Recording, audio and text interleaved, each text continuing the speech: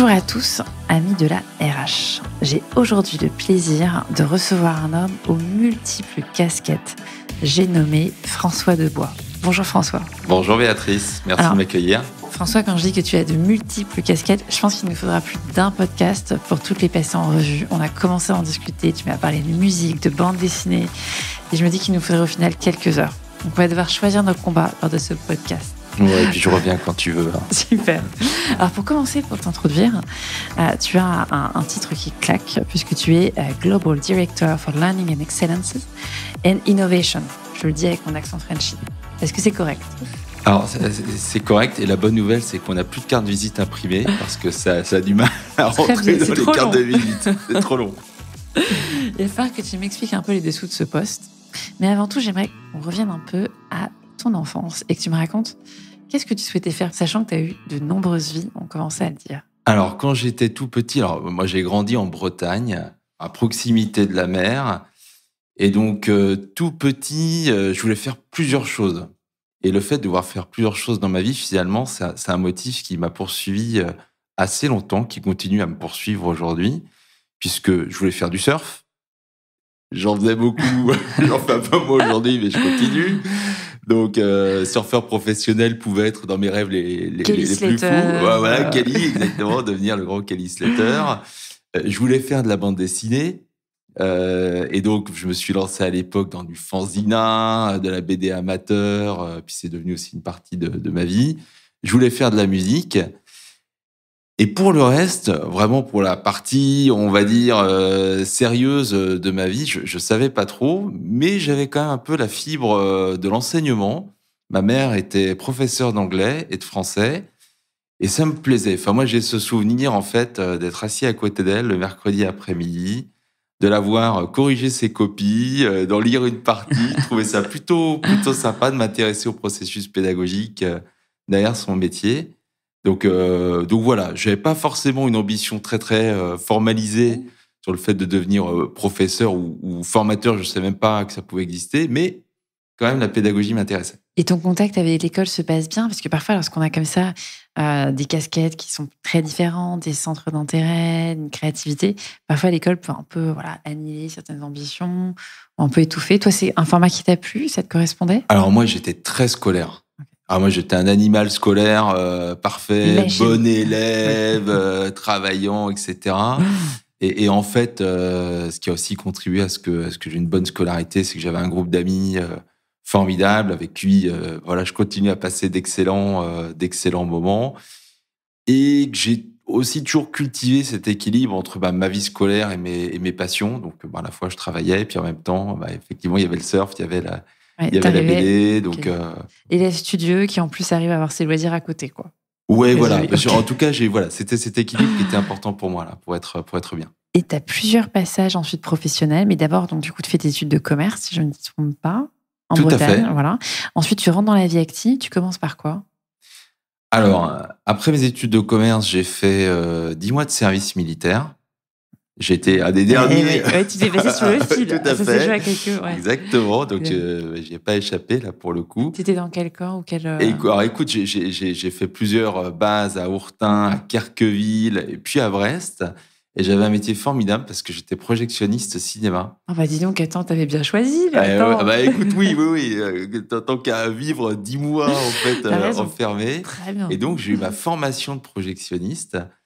Et ça a été un moment, un peu dur, on va pas se le cacher, mais quand même plutôt chouette par rapport à ça. Et ensuite, du coup, tu rentres dans ta vie active, tu commences par quel type de poste, quelle entreprise ? En fait, je commence par... je passe des entretiens, comme tous ceux là, qui souhaitent rentrer dans la vie active. J'envoie des CV. Alors, à l'époque, c'est du papier, hein, ça peut sembler un peu hallucinant, mais à l'époque, il n'y a pas d'Internet, il n'y a pas de téléphone portable.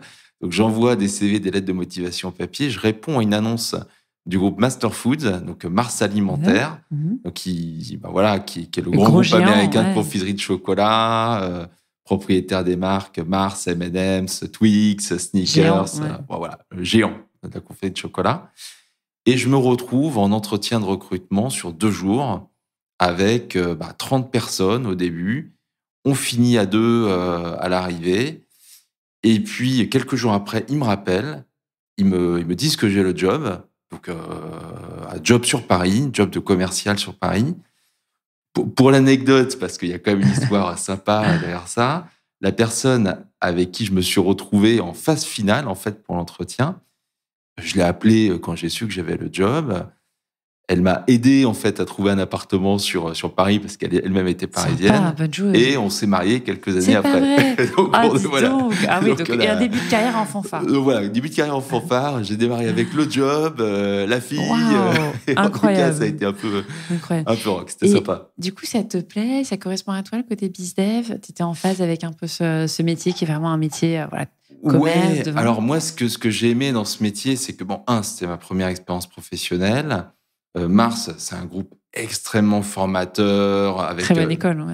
c'est une super école de marketing, de commerce. En termes de méthode de travail, c'est une machine de guerre, hein.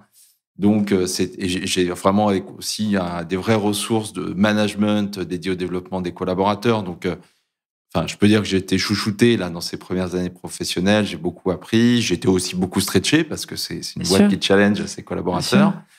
Et j'ai eu la chance de démarrer dans un secteur qui était le new business à l'époque. Donc, c'était pas la grande distribution, Mhm. mais c'était vraiment la vente de produits Mars en dehors des circuits de grande distribution. Donc, ça peut être les cinémas, les gestionnaires distributeurs automatiques, tous les endroits un peu insolites où on Ouais. pouvait vendre ses produits. Et donc, il y avait une forme de liberté et d'innovation, moi, qui me plaisait beaucoup, quoi. Et donc là, tu vas rester à peu près quoi, 2-3 ans? Ouais, je suis resté 3 ans chez Mars. Ouais. Et ensuite, petit à petit, du coup, tu vas continuer par la casquette du commercial, mais tu vas du coup rentrer chez Segos. Alors, c'est plus compliqué que ça. En fait, J'ai pas eu plus les compliqué et coulisses. plus simple. Dans ma dernière année chez Mars, j'ai monté un projet de formation pour les collaborateurs de mes clients. D'accord. Donc, je me suis rendu compte qu'en fait, c'est notamment tous les gestionnaires de parcs de distributeurs automatiques, donc avaient des employés qui allaient remplir ces Bien sûr. distributeurs avec des produits. Et je me suis rendu compte que le fait, de m'intéresser à ces personnes-là, d'aller passer du temps avec eux, de comprendre leur métier, comprendre du coup ce qu'ils pouvaient maîtriser et à contrario leur point de développement sur le produit, sur le Bien merchandising, sûr. sur la manière de travailler le produit, c'était un vecteur en fait de développement des ventes. Donc j'ai monté en fait une approche de formation pour ces publics-là, voilà, pour les former aux produits, aux merch, à la Excellent. manière de mettre en scène des produits. Ça m'a beaucoup plu. J'avais jamais fait de formation de ma vie. Mais j'ai eu le virus de la formation. Alors, je me suis dit, waouh, super, j'ai envie de faire ça quand je serai grand. Et en fait, donc, ma copine de l'époque que j'avais rencontrée à l'entretien de recrutement chez Mars venait de passer des entretiens chez Segos. Et elle m'a dit, tiens, c'est une boîte qui est sympa, tu as envie de faire de la formation, enfin, peut-être que ça peut être intéressant pour toi. J'y suis allé, c'était juste à côté de la maison. Donc ça mange pas de pain, allons-y. J'ai eu un très très bon fit avec les personnes de Segos et j'ai démarré comme ça dans le monde de la Et formation. c'est une aventure qui a duré presque combien de temps? 20 ans, en Voilà, fait. 20 ans. Ouais. Et comment est-ce qu'on fait? Parce que du coup, c'est intéressant, tu as eu du coup pendant 20 ans une expérience vraiment costaud au sein d'un organisme de formation. Et en général, c'est plutôt confortable, tu vois. Tu te dis, OK, t'es au chaud. Et qu'est-ce qui fait qu'à un moment, tu décides de te remettre en selle et te dire, OK, je pars et cette fois-ci chez un client qui n'est pas le petit client, qui est quand même chez L'Oréal. Comment se fait le swap? Alors, déjà, j'ai eu cette opportunité là dans mes 20 années de parcours dans le learning, d'avoir des métiers très différents. Ouais, Alors, au début, c'est j'ai vrai. exercé un métier de consultant formateur, dans lequel on accompagne nos clients sur leurs projets de transformation. On développe de la formation sur mesure, vraiment de la chirurgie Ouais, fine, que tu connais aussi ouais, très bien. sympa. Donc, on fait vraiment des dispositifs sur mesure. Et donc, j'ai connu vraiment ce métier-là de la formation sur mesure qui colle au basket des clients. Et puis après, en fait, j'ai connu le métier de patron de formation sur étagère, où là, j'étais responsable d'un catalogue de formation sur la créativité, l'innovation et le management de projet. Et là, la dynamique, elle est très différente, puisque là, il faut tenir un catalogue, il faut industrialiser l'activité, il faut trouver en fait les formules pédagogiques qui marchent et assurer la réplicabilité de ces formules. Donc là, vraiment, on est sur un processus. Il n'est pas aux antipodes de la formation sur mesure, mais quand même, la dynamique est très, très, très différente, en fait. Hein. Et puis, il faut accompagner le réseau de formateurs Bien qui sûr. déploient ces formations. Donc, c'est à la fois un métier de chef de produit et puis d'animation de réseau qui était tout à fait sympathique. Ensuite, j'étais responsable innovation pour le groupe, donc en charge de sa transfo digitale. Ouais. Donc, j'ai connu vraiment c'est toutes les facettes finalement de notre monde de la formation. Et c'était passionnant. Et en fait, en 2020-2021, je me suis quand même posé la question de attends, d'entreprise, qu'est-ce que je fais. C'est un peu le moment soit de se bouger, soit de rester. Ouais, soit de rester. C'est un peu le carrefour. Voilà, Quoi. exactement. C'était le carrefour. Et en fait, j'ai été sollicité par L'Oréal.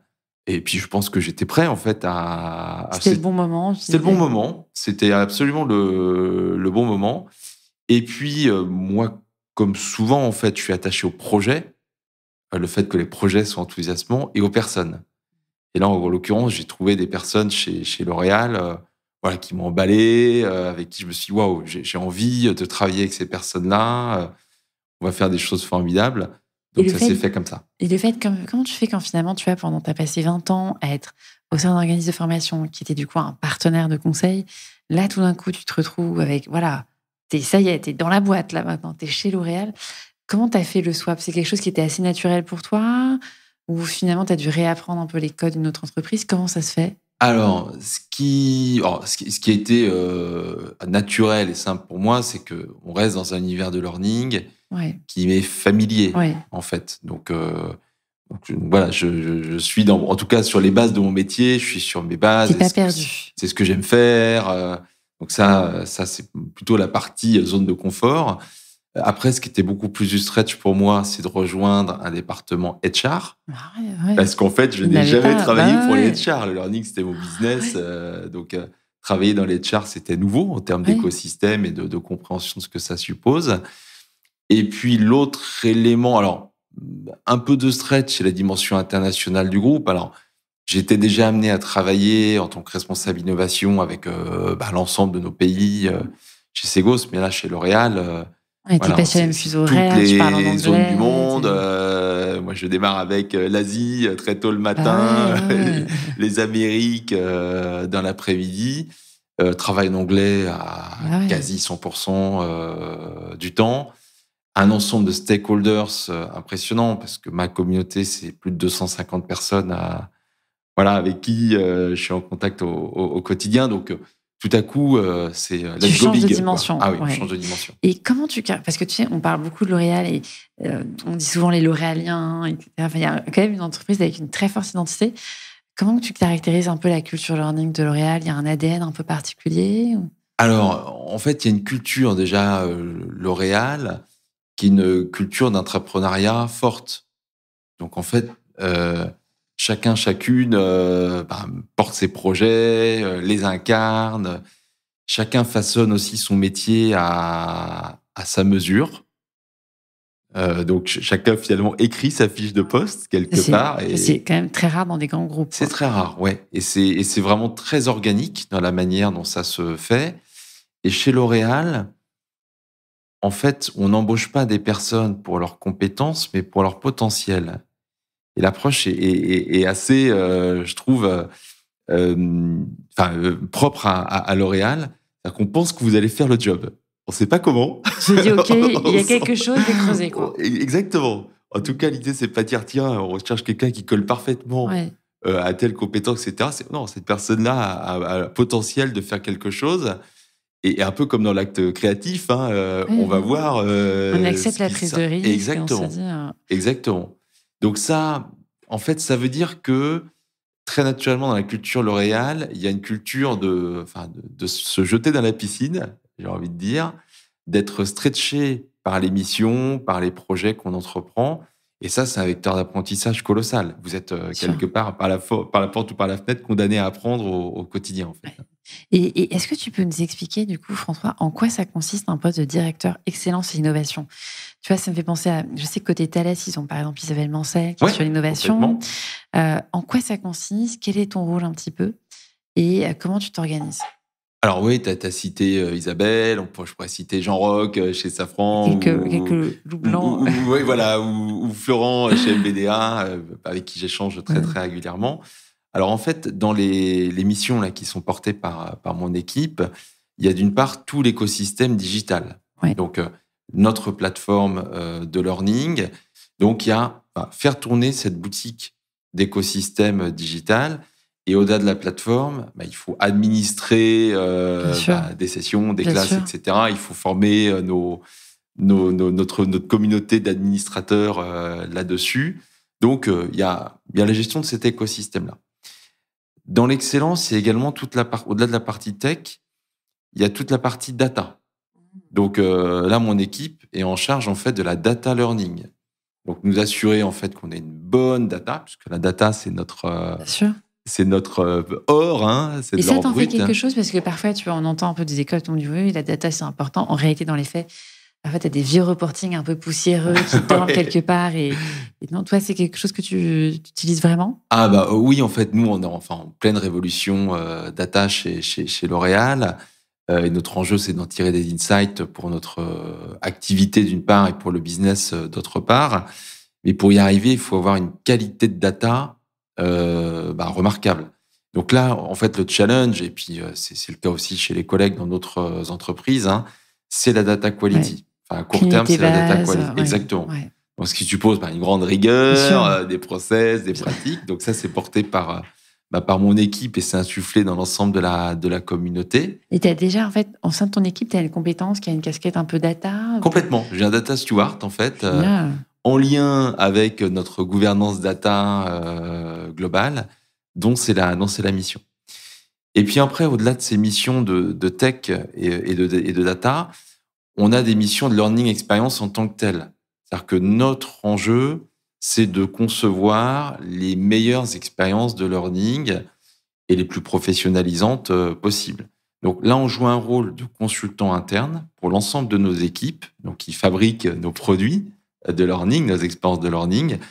Et donc, nous, on les accompagne en tant que praticiens du design, de la facilitation, pour que les produits soient les meilleurs possibles ou pour les mettre en contact avec les meilleurs partenaires possibles. Et là, c'est vraiment de la recommandation. C'est un peu ta casquette de ton Exactement. ancien métier. Tu conseilles, Exactement. tu challenges. Tout à fait. Et en complément de ça, je suis également en charge de notre politique générale learning, sur les aspects de budget, par exemple, de ways of working de notre communauté, d'animation de notre communauté de learning au sens large. Ce que tu évoquais tout à l'heure, ta communauté learning, ça représente à peu près combien de personnes? Alors, on a 250 personnes qui sont distribuées un peu partout dans Partout dans le monde, le ouais. monde, donc des équipes en global et puis des équipes dans nos zones et nos pays. Et comment vous vous organisez? Parce qu'on sait que L'Oréal, c'est une constellation de marques différentes. Ouais. Avec Garnier, je ne vais pas dire de bêtises. Il y a bien Garnier. Oui, hein. tout à Je vais pas fait. de bêtises. Oh là là. Bien joué. Ok. Et comment est-ce que vous organisez? Est-ce que le learning suit un peu, tu vois, l'organisation des marques ou absolument pas? Vous êtes organisé par pays, par département? Comment est-ce que tu structures un peu les choses? Alors, en fait, on est organisé à la fois par division. En fait, les marques sont regroupées au sein de 4 grandes divisions. Donc, il y a une division produits grand public, donc les produits que vous allez retrouver dans vos supermarchés, hypermarchés, notamment Garnier, ou Maybelline, par exemple. Vous avez la marque des produits professionnels, et vous avez les marques de luxe, et vous avez des marques de cosmétiques actives qui sont prescrits, là, pour le coup, par des dermatologues.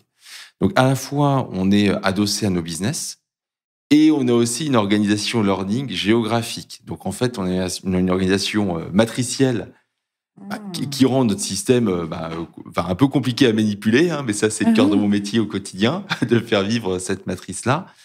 Et aujourd'hui, en fait, on a des responsables, des patrons de learning associés à chacun de nos business, en fait, de chacune de nos divisions et chacun de nos pays et de nos zones. Mais en même temps, je trouve que sur des sujets comme la cosmétique, où tu as des pratiques Ouais. qui sont, j'imagine, très hétérogènes d'une zone géographique à une autre, ça fait énormément sens d'avoir fractionné. Oui, tout à fait. Il y avait quand même un défi au cœur de ça. C'est qu'à la fois, il faut qu'on tienne compte des spécificités de certains business, et en même temps, il faut qu'on puisse factoriser ce qu'on peut factoriser pour avoir des offres communes très forte qui favorise la transversalité.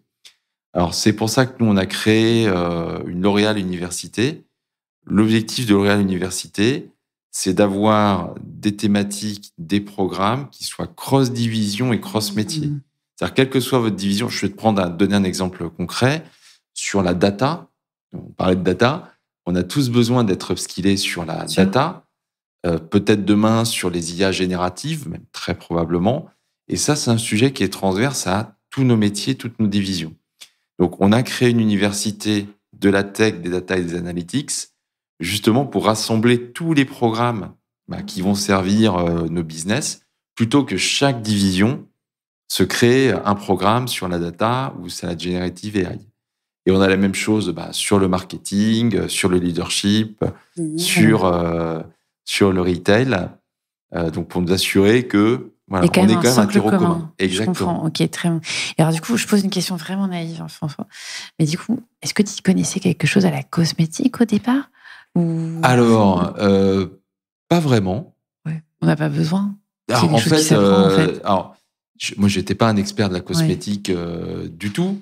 Et puis, dans mes métiers précédents, j'ai connu plein d'univers professionnels différents. Et en l'occurrence, j'avais jamais fait de mission pour L'Oréal. Donc, j'étais complètement agnostique. J'ai découvert le métier. Après, ce que je trouve super chouette dans le monde de la beauté, c'est qu'il y a forcément une attention au beau. Incroyable. Et quand il s'agit du learning, il y a une attention au design de ce qu'on produit. Que je trouve, moi, exaltante. Je trouve sympa. Ouais, bien sûr, esthétique. Des belles expériences de learning. Et quelle est ta typologie d'apprenant? Est-ce que tu es surtout sur des profils marketing, comme un peu fonction centrale, ou est-ce que tu vas avoir aussi des personnes type direct workers en usine? Tu as ce mix aussi? Alors, tout à fait. Et on a un enjeu d'ailleurs qui est au cœur d'un de nos KPI aujourd'hui. C'est de nous assurer que tout le monde chez L'Oréal soit formé. Donc, un des KPI qu'on a mis en place, c'est que chaque collaborateur, chaque collaboratrice L'Oréal doit bénéficier d'au moins une action de formation chaque année. Et ensuite, on stimule en fait nos marchés vraiment pour que les marchés investissent sur les cibles qui peuvent être sous-exposées au learning. Donc, on veut vraiment que chacun, à la fois ait sa chance et puisse bénéficier d'actions de développement. Et ça peut être n'importe quel type d'action, ça peut être un coaching, tout à fait. Ça peut être... Donc là, c'est ouvert, quoi. C'est complètement ouvert, ouais. Donc effectivement, ça peut être de l'accompagnement, du coaching, du mentorat, ou de la formation formelle. C'est top. Tout est possible. Et est-ce que tu arrives à adresser, parce que souvent il y a cette question un peu, comment est-ce que tu arrives à adresser des populations qui sont basées en usine, des direct workers, qui n'ont pas forcément une identité numérique? Tu as réussi à craquer à craquer un peu ce défi? Alors ça reste un défi pour nous en termes vraiment d'accessibilité. Alors, il y a des solutions, soit vraiment de logistique, matériel, donc des espaces dédiés au learning, des équipements, donc ordinateurs ou tablettes mis à disposition, du temps, parce qu'en fait, le sujet à l'arrivée, c'est de sanctuariser du temps pour leur permettre de se former. Et après, ça passe aussi par le fait que nos formations soient accessibles en fait sur n'importe quel device. Bien sûr. Notamment sur les smartphones pour certaines populations. Et du coup, tu as une vraie casquette qui est celle d'utiliser de la data. Ouais. Tu évoquais un petit peu les compétences dans ton équipe avec l'utiliser un data steward. Quel type d'autres profils tu as? Alors, dans l'équipe, donc j'ai un data steward. J'ai quelqu'un qui est plutôt centré learning experience, donc qui a un background d'agence et de design d'expérience.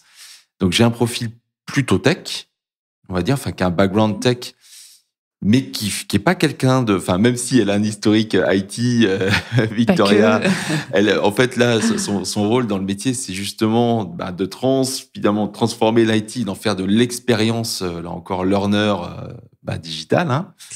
Et puis, après, on a des expériences d'activation. Et ce qu'on entend par activation, c'est vraiment notre capacité à marketer nos produits et à l'amener aux bons utilisateurs, aux bons employés, au bon moment. Et ça, comment tu fais? Parce que tout le monde s'interroge un peu sur le marketing de la formation. Ouais. J'aime bien cette notion d'activation. On voit que vous êtes quand même une boîte du marketing. On est une boîte de marketing, complètement. Est-ce que toi, tu as des leviers que tu utilises justement pour réussir à engager un peu tes apprenants, les faire venir sur ton LMS? Il y a plusieurs leviers. Un des premiers leviers, c'est la qualité de nos learning managers locaux. Parce que moi, je crois beaucoup à la puissance de la prescription humaine, du conseil qui va être donné par nos learning managers locaux à chaque cible, à chaque profil, etc. Donc là, en fait, nos learning managers sont les premiers vecteurs de marketing de l'offre, en fait. S'ils connaissent bien notre offre, s'ils savent la pitcher, s'ils savent la pitcher, s'ils savent embarquer et créer dispositifs d'engagement locaux, enfin, ceux qui sont en première ligne pour créer de l'engagement. Après, en complément de cette action humaine, on a notre écosystème digital. Donc là, on est en train de s'équiper en ce moment d'un LXP. Et l'enjeu pour nous, c'est vraiment de délivrer une expérience digitale personnalisée. Et d'ailleurs, moi, ce que je regarde en ce moment en termes de benchmark, c'est pas tant des solutions de learning que des solutions de e-commerce, en fait. Et comme nous, le e-commerce, c'est un de nos vecteurs de croissance chez L'Oréal, pour le coup, on travaille avec le business et on s'inspire des pratiques de business pour créer des écosystèmes numériques, personnalisés, engageants. Et après, un des vecteurs importants, c'est la simplification de l'offre. Et je sais, pour en discuter aussi avec mes collègues d'autres organisations du learning, qu'on a toujours ce défi d'une offre très long tail, qui est du coup pas facile à marketer parce que reposant sur des centaines, voire des milliers de produits. Et nous, là, on est engagé vraiment dans un tunnel de simplification de notre offre pour que ce soit plus lisible à l'arrivée pour nos apprenants et nos stakeholders. Il y a toujours un peu ce challenge d'avoir une espèce de catalogue qui devient un peu un mammouth avec le temps, un peu indigeste. Donc se dire, mieux se concentrer sur un noyau un peu plus resserré, mais vraiment de qualité et personnalisé. Tu le dis, c'est vraiment le mot-clé. Alors François, quand je t'écoute, on sent que tu as roulé ta bosse dans le learning. Pas se mentir. Et à côté, tu as d'autres passions. Je ne sais pas comment tu fais. Et tu arrives à trouver le temps de t'organiser et d'avoir plusieurs vies. Donc là, j'en arrive à la partie un peu plus personnelle de ce podcast où tu vas me donner tes secrets parce que ça m'intéresse. D'abord, comment est-ce que tu as réussi à organiser ton équilibre de vie? Parce que tu disais, tu te réveilles tôt le matin, tu discutes avec l'Asie, tu termines tes journées avec les Amériques, pas une, mais les Amériques. Tout à fait. Comment tu t'organises? Alors, c'est vrai que j'ai des routines professionnelles assez ancrées et j'ai une de mes forces, en fait, dans le modèle. Il y a un modèle qu'on utilise chez L'Oréal qui est le modèle Clifton Strength, en fait, de Gallup, qui nous aide à repérer nos forces, en fait, celles sur lesquelles on peut s'appuyer professionnellement. Et une de mes forces, c'est la discipline. Et donc, j'ai une discipline et j'ai des routines, en fait, dans la manière de travailler. Donc, c'est vrai que je me lève tôt. J'aime bien travailler tôt le matin, en fait. Je ne travaille pas très tard le soir. Tu commences à quelle heure? Alors, moi, en règle, j'essaie de commencer à 7 heures le matin. Je finis pas trop tard le soir, mais j'aime bien démarrer très tôt.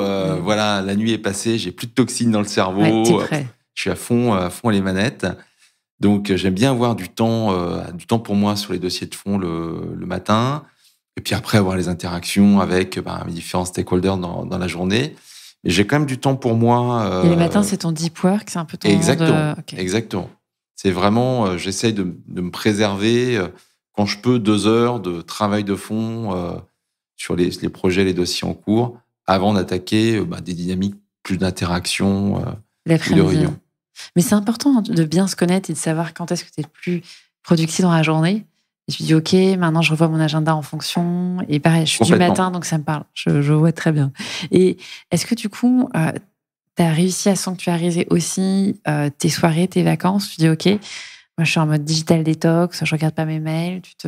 Oui, alors en fait, ce qui m'aide à faire ça, c'est mes autres activités en dehors de L'Oréal, parce que de fait, il faut que je sanctuarise du temps pour ces activités-là. Donc ça m'aide très naturellement à mettre des limites, couper, à dire voilà, j'ai ma limite. Je rentre à la maison, ça y est, la journée est terminée. Et dans quelle mesure tu vois tes autres activités? Parce que je commençais juste à teaser un petit peu, après tu me diras jusqu'où est-ce que tu veux qu'on aille sur le sujet, mais de tes autres passions, notamment la musique, la bande dessinée, dans quelle mesure est-ce que ces passions à côté, qui sont des passions quand même qui ont en commun, je trouve la musique et la bande dessinée être créative, vraiment, tu es dans le faire, la création, il y a du beau, il y a plein de choses. En quelle mesure est-ce que ça t'alimente et ça fait que tu es encore mieux dans ton boulot et dans ton poste aujourd'hui? Alors en fait, il y a des passerelles, il y a des ponts. Ouais, pour moi, il y a des passerelles. Alors dans le sens où, que ce soit la musique, l'écriture de bande dessinée ou le learning, dans ces 3 cas-là, on est dans du storytelling. Enfin, on raconte des C'est vrai. histoires, on médiatise des idées, en fait, et on cherche des chemins pour faire passer des messages. Donc, pour moi, ça a toujours bien navigué ensemble, parce que dans le learning, on est dans ce travail de médiateur. On se dit, tiens, j'ai une problématique qui est complexe, ou j'ai une transformation, ou j'ai des experts. Ouais. Voilà, quel est le chemin pour que des personnes puissent s'approprier ça, puissent rentrer dans ces dynamiques-là. Donc finalement, pour moi, le learning, c'est un travail de conteur. C'est vrai. La musique aussi et l'écriture de BD aussi. En tout cas, pour moi, les 3 naviguent ensemble. Excellent. Et du coup, côté musique, je crois même que tu as rempli un aréna. On peut en parler? Alors, c'est public, c'est sûr. Bam. Je pense que tu C'était m'as sur spoté, LinkedIn. voilà, tu C'était m'as sur spoté sur LinkedIn. LinkedIn. Voilà, donc effectivement, alors, et là encore, c'est assez symptomatique de L'Oréal, c'est au sens où c'est plus grand que tout. Dans le cadre de la Summer Party, donc une soirée d'entreprise l'année dernière, effectivement organisée à l'Arena de la Défense, L'Oréal a proposé à certains de ses collaborateurs de monter sur scène et vraiment de s'exposer à 9000 personnes. Et voilà, donc j'ai T'as été franchi le pas. repéré, j'ai fait partie de cette aventure-là et c'était juste incroyable. Juste Tu dingue, en m'étonnes, fait. ça doit être incroyable. Et en marge, en plus de la musique, à côté, tu écris aussi des bandes dessinées qui ont Ouais, été publiées. tout à Donc des fait. bandes dessinées en plus qui sont assez historiques. Ouais. Tu veux m'en parler d'une en particulier? Alors écoute, Il y en a beaucoup. ouais, J'ai regardé. il y en a beaucoup. Alors après, dans mes coups de cœur ou dans les BD qui ont bien marché, il y a Chasseur d'écume, donc qui est en fait qui a un sujet improbable puisque c'est l'histoire de la pêche à la sardine sur tout le XXe siècle au travers d'une saga familiale. Donc sur le papier, quand on le pitch, rien n'est fait pour marcher et Non, ça a cartonné. c'est niche, mais en même temps, ça l'a croisé de plein de sujets. Donc, Exactement. ultra singulier. Et là, tu as une dernière bande dessinée qui paraîtra bientôt? Alors, crois. ouais, c'est le 4e tome d'une série. D'ailleurs, avec Serge Finot, avec qui j'avais travaillé sur Chasseur d'écume. Ça s'appelle L'Or des marées. Ça se passe toujours en Bretagne, en fait, toujours à L'enfant du proximité de la pays. mer. Exactement. Voilà, on revient en source. Et là, c'est sur le Goémon, en fait, sur un massage de Goémon. Donc là, c'est de la niche, de niche.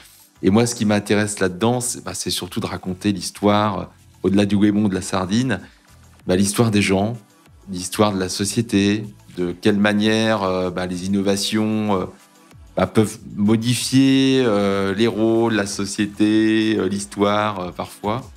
Voilà, c'est ce que j'aime raconter. Excellent. Et alors, tant qu'on est sur le thème un peu des créations, est-ce que tu as des livres, des séries ou même des expos, enfin, whatever, que tu nous recommandes et qu'on devrait consulter ou regarder en ce moment? Alors, je suis pas très très bon pour conseiller les séries parce que Okay. un des side effects d'avoir ces passions-là, c'est que j'ai pas de télé chez moi. Et donc, je suis très très peu aussi sur les réseaux sociaux, sauf parfois sur LinkedIn. Sur LinkedIn, j'ai pour vu, publier. de temps en temps. Mais du coup, sinon, je suis très très peu sur les réseaux sociaux. Et donc, j'essaie d'investir un maximum de mon temps dans le fait de créer.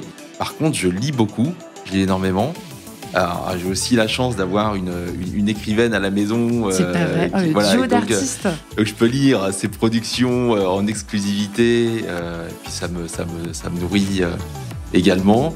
Et puis sinon, là, je viens de terminer Londres de Céline, qui m'a un peu traumatisé, qui est un peu terrible. Mais j'aime bien alterner entre de la littérature très très classique et puis de la littérature fantastique, science-fiction également. Donc voilà, je peux naviguer de Hyperion de Dan Simmons à influence super Londres hétéroclite. Voilà, exactement.